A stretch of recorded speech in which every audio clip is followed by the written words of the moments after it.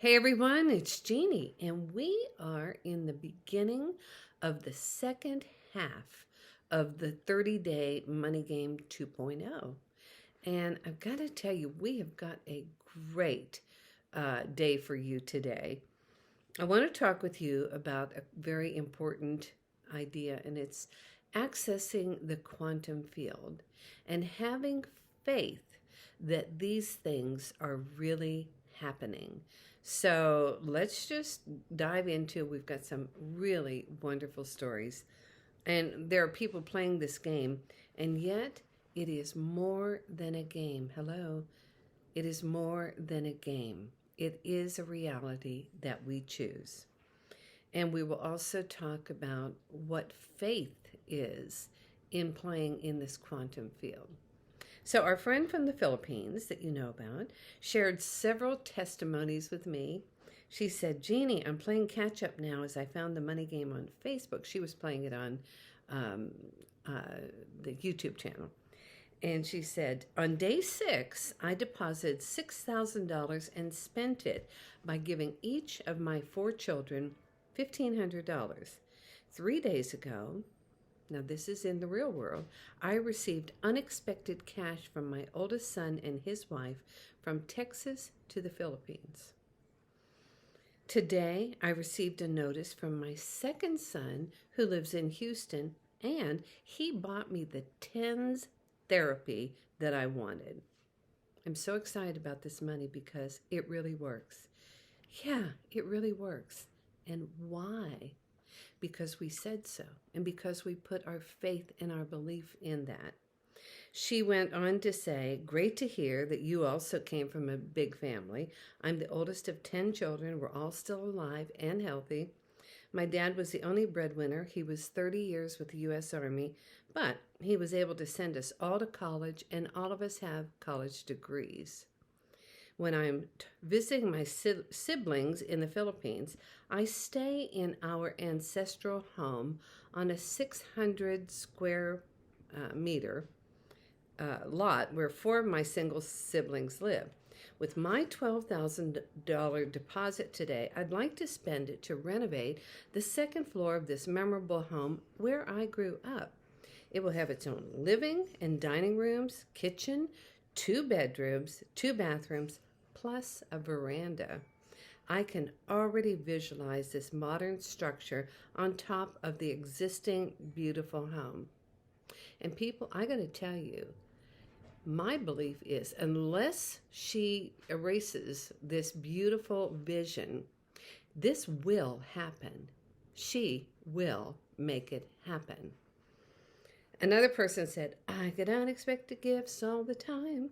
She said, I just left my cell phone provider place where I wanted to buy a new charger and block for my iPhone. I had some questions about types. Well, they came out and they told me they just wanted to gift me one if that was okay because they were super duper busy today. Wow, how amazing. I told them, well, thanks so much. If this is a gift, I'll gladly accept it. No questions needed then. Bye. She also said that her husband is playing a different online investing group with real estate. And she bought him some of his tokens and she forgot about it. Then suddenly he was given more of these tokens without her conscious knowledge. You see, the universe always hears and remembers and responds. And I got a delightful video, I hope you saw it, by another participant who said her husband is playing along. He's not joined in, but he's playing along. And she reminds us that everything is vibration and the law of attraction proves this. And she demonstrated by singing a wonderful affirmative song that they had learned a couple of years ago at a seminar weekend. And it goes like this. I feel great today. I feel terrific. I am healthy. I am whole. I have the power. Yes, yes, yes. The arms were in the air. She was laughing and she was sending it out. And I was like, woo-hoo. And she said, you can feel the vibrations shudder through your body. It all matters. What a great group of people we have.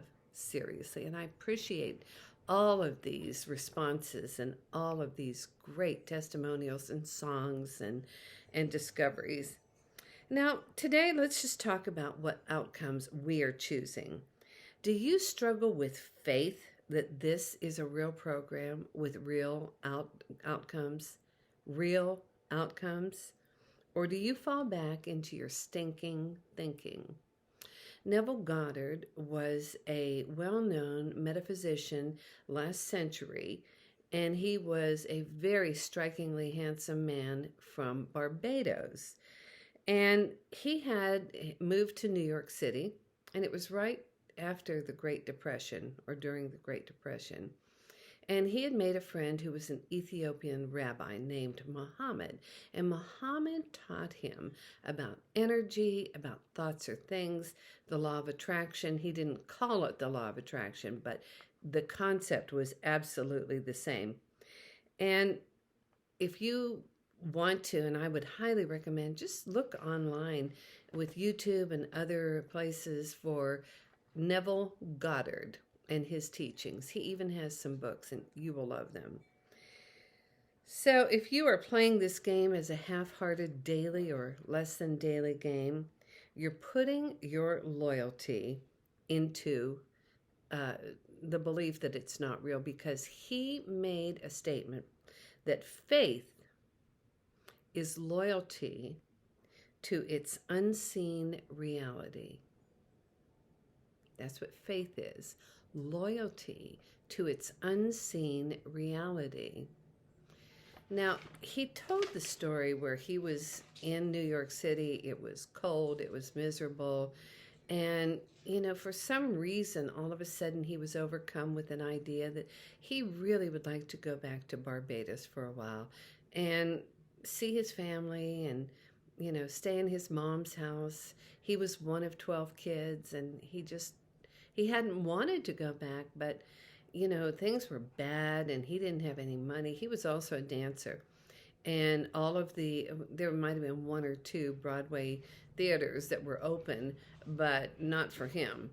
And he said he would have danced for a meal, but nobody even offered that. And so he was struggling, and he told his friend Muhammad, he said, I would like to go back to Barbados. And Muhammad looked at him and he said, you are in Barbados. He said, no, I'm not in Barbados. I'm in New York City. He said, you are in Barbados. He said, I don't even know why you're saying that, because I'm here in New York City. I would like to go back to Barbados. And Muhammad looked at him again and said, you are in Barbados. Okay. He said, so I want you to go to bed every night, and I want you to be in your own bed in your mother's house in Barbados. That's what I want you to do. Put your loyalty in that faith. He didn't have anything to lose. So every night for about a month, he would go to bed and he would be lying in his mind, in his mother's house, in his bed, smelling the many flowers, hearing the birds, hearing the surf, hearing the chatter of his family, and he would drift off to sleep. And about a month went by and nothing happened. And he told Muhammad, he said, there are no planes that are flying that route right now. He said, so, I'm going to have to go by ship. And I checked with the ship's lines, and they've got, they have to make a couple of stops at different islands. But I don't even have enough money for steerage. I'd love to go first class, but I don't even have enough money to get on that boat. And he said, you have already gone to Barbados first class. And he was like, okay. So the next morning he woke up, and there someone had slipped a telegram under his door in his apartment, and it was from his brother. And his brother said, I have a desire for our whole family to be together for Christmas. And he said, here's a first class ticket for you to come to Barbados, and here's $50 for clothes or food or whatever else you need. And he was like, Oh my gosh. So he ran down to the ship's office and turned it in to get his tickets. And they said, yes, we have this, Mr. Goddard. But, we're sorry to tell you that the first leg of the journey, which stops in St. Thomas, has been oversold. But, and you'll have to sleep in third class for at least that portion. But you can come up on the deck in the first class and you can eat in the dining room.